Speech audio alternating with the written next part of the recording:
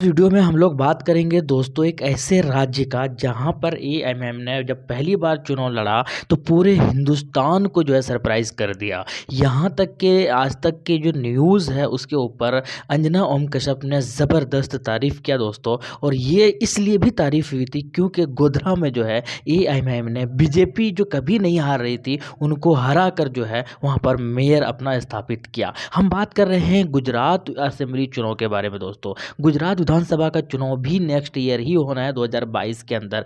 हालांकि उत्तर प्रदेश की चर्चाएं पूरे हिंदुस्तान के अंदर गूंज रही है। एएमएम की चर्चाएं ज़बरदस्त हो रही है उत्तर प्रदेश के अंदर, लगातार असदुद्दीन ओवैसी की सभाएं हो रही है। लेकिन मैं आपको बता दूं कि गुजरात के अंदर एएमएम एक बार फिर से जो है सरप्राइज और चौंका सकता है पूरे हिंदुस्तान के लोगों को। आइए हम बात करेंगे एग्जिट पोल के बारे में, देखेंगे कितनी सीटें हैं, किनके साथ गठबंधन है और कौन सी पार्टी कितनी कितनी सीटों पर जीत हासिल कर रही है। सबसे पहले हम बात कर रहे हैं दोस्तों, टोटल वहाँ पर जो है वो 182 सीट है, 182 सीट है वहाँ पर गुजरात के अंदर। और किसी को भी अगर मेजोरिटी हासिल करनी है गठबंधन यानी कि अगर सरकार बनाना है तो आपको 92 सीट लाने ही पड़ेंगे। चुनाव की अगर मैं बता दूं तो आखिर में होगा 2022 के, हालांकि स्टार्टिंग में उत्तर प्रदेश के अंदर होगा इसीलिए उत्तर प्रदेश में मेहनत ज़्यादा है। लेकिन दिसंबर होते होते जो है वहाँ पर चुनाव हो जाना है गुजरात के अंदर। 2017 में ही चुनाव हुआ था वहाँ पर, और रिजल्ट क्या रहा था मैं आपको बता दूं। बीजेपी 99 सीटों पर जीत कर जो है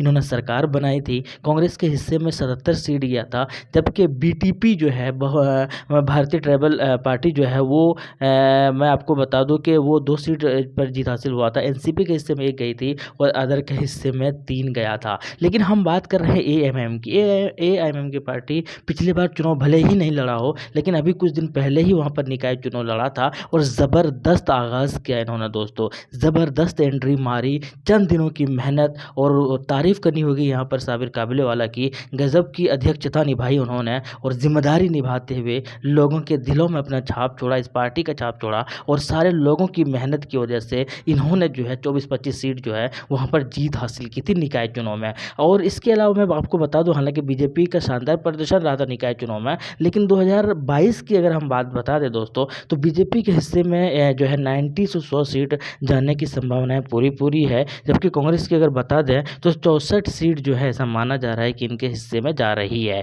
जबकि बीटीपी की अगर बात की जाए तो 3 यानी कि 3 सीट जो है इनके हिस्से में जा रही है। और आप का मान रहे हैं कि हालांकि अच्छी सीट यहाँ पर गया था निकाय चुनाव में, माना जा रहा है कि 102 इनके भी हिस्से में है। एनसीपी एक बार फिर से 1 सीट पर अपने दावेदारी पेश कर सकते हैं। लेकिन एएमएम की अगर बात की जाए दोस्तों तो ये 3 से 5 जो है सीट पर एएमएम अपना दावेदारी पेश कर सकते हैं, सॉरी 5 से 8 सीट पर जो है अपने एक जीत की प्रबल दावेदारी निभा सकते हैं, जीत सकते हैं। अगर गठबंधन की अलायंसेस की अगर बात की जाए तो यहाँ पर गुजरात के अंदर ऑलरेडी अलायंस है, गठबंधन में है, बीटीपी के साथ है एएमएम की पार्टी, अभी भी गठबंधन में ही है वहाँ पर। और उम्मीद यही है क्योंकि घोषणा भी यही हुआ था कि साथ में चुनाव लड़ेंगे बीटीपी और एएमएम की पार्टी। तो ये था दोस्तों एक छोटा सा, लेकिन मुझे लगता है कि गुजरात जो है सरप्राइज कर सकता है एक बार फिर से और चौंका सकता है सबको गुजरात, क्योंकि गुजरात के अंदर जो है अभी तक एक ऑल्टरनेट ऑप्शन नहीं था और कांग्रेस से थक चुके थे।